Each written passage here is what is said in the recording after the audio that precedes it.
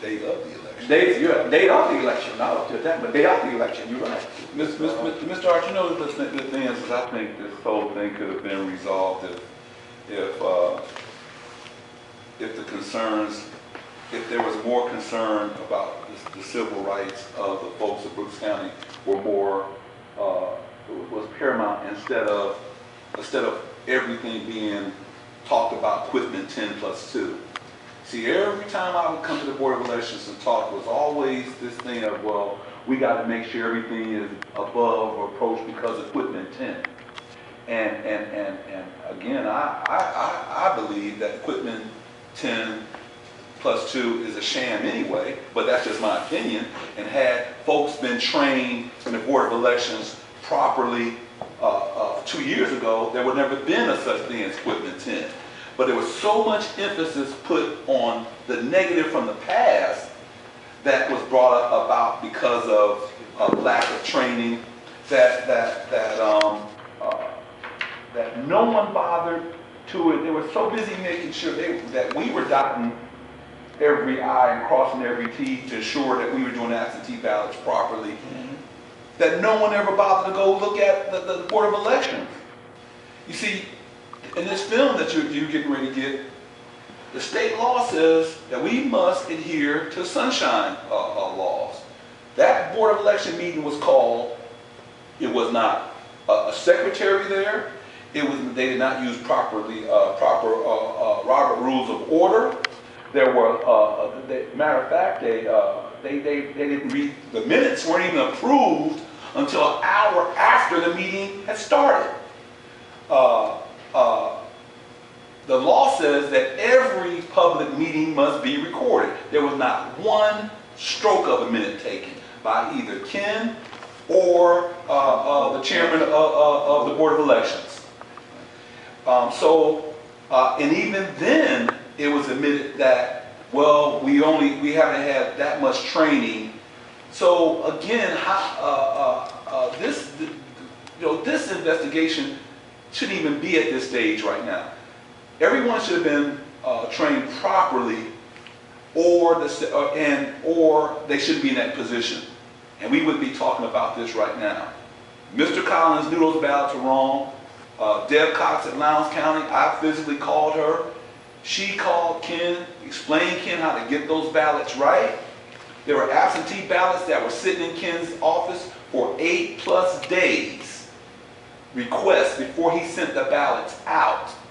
He sent one ballot out wrong 3 times.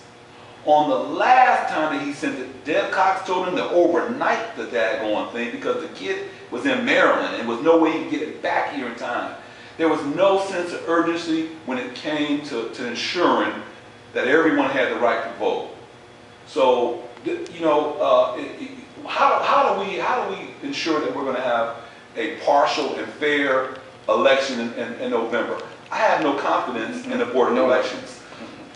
We have no confidence in the Board of Elections, and I think that the only thing we can do now is ask that the Secretary of State's office truly listen to our complaints and ensure that we have someone in place to ensure that we have a fair election on November 6th. The reason also we started the NAACP in this area because of a previous election violation. So we started this organization, the civil rights organization, to ensure that people's rights would not be violated. And we were going to look into everything and make sure that everything was proper and in place. The problem with the Quitman 10+2 is a prime example of why we need an investigation in the election board. We need a thorough investigation because these people are doing exactly what they want to do, and not what is best for the citizens of Brooks County. Can I get your name again, sir? Ronnie Avery. Okay, sir. A-V-E-R-Y? A-V-E-R-E-T-T. Okay, I'm sorry. And also, there has been a systematic attempt in this entire region to silence our voices and our concerns and our complaints. This Yeah, in 2010. You're the first person, I believe, that we've had an opportunity to talk to this.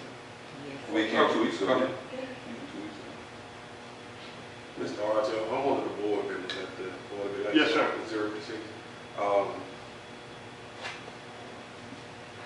Like Mr. Cunningham is saying, there should be an investigation in that office, and I'm not talking about just for right the present. You need to come in there and see as far back as the past and some things that was in there that was done. Since I've been a member of that office within a year, there was a box, a nice sized box that came from the old register.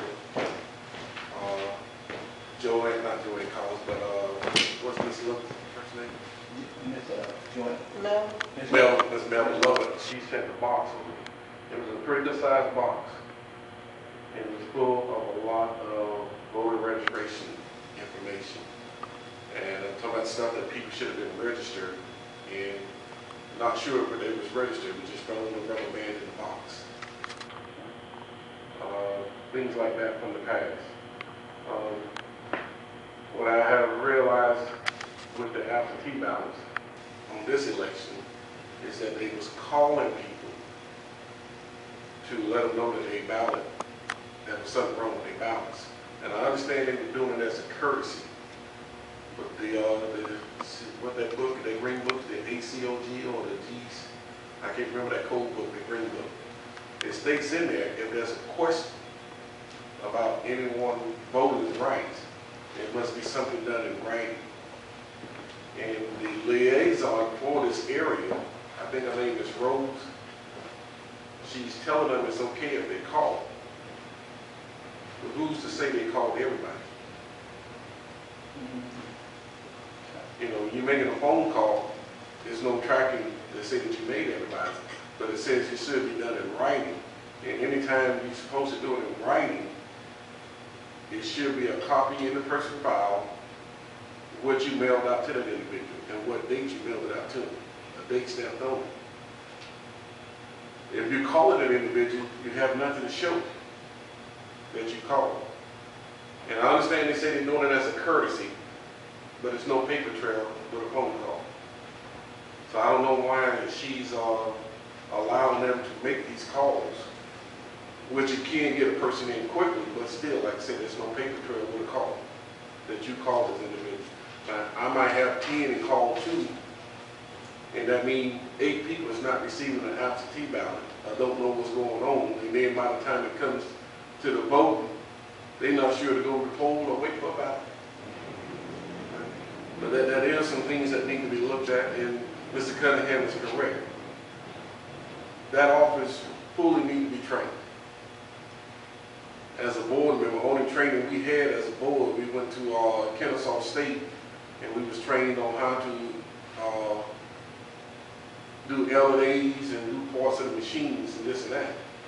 At GEOA, at B.R.A.G., at B.R.A.G., it wasn't a whole lot they taught us there. Just some of the things what to watch out for and what to do in the past. Honestly, how to form the board, how to bring the board to a meeting, or what are we doing in the board, it has not been taught to us yet. I have not seen a regulation how the board actually should be run. I pretty much had to get on the county commissioners because you're trying to get me to do day-to-day operation. And if I'm down there and a problem arises, that makes me as a board member part of that problem.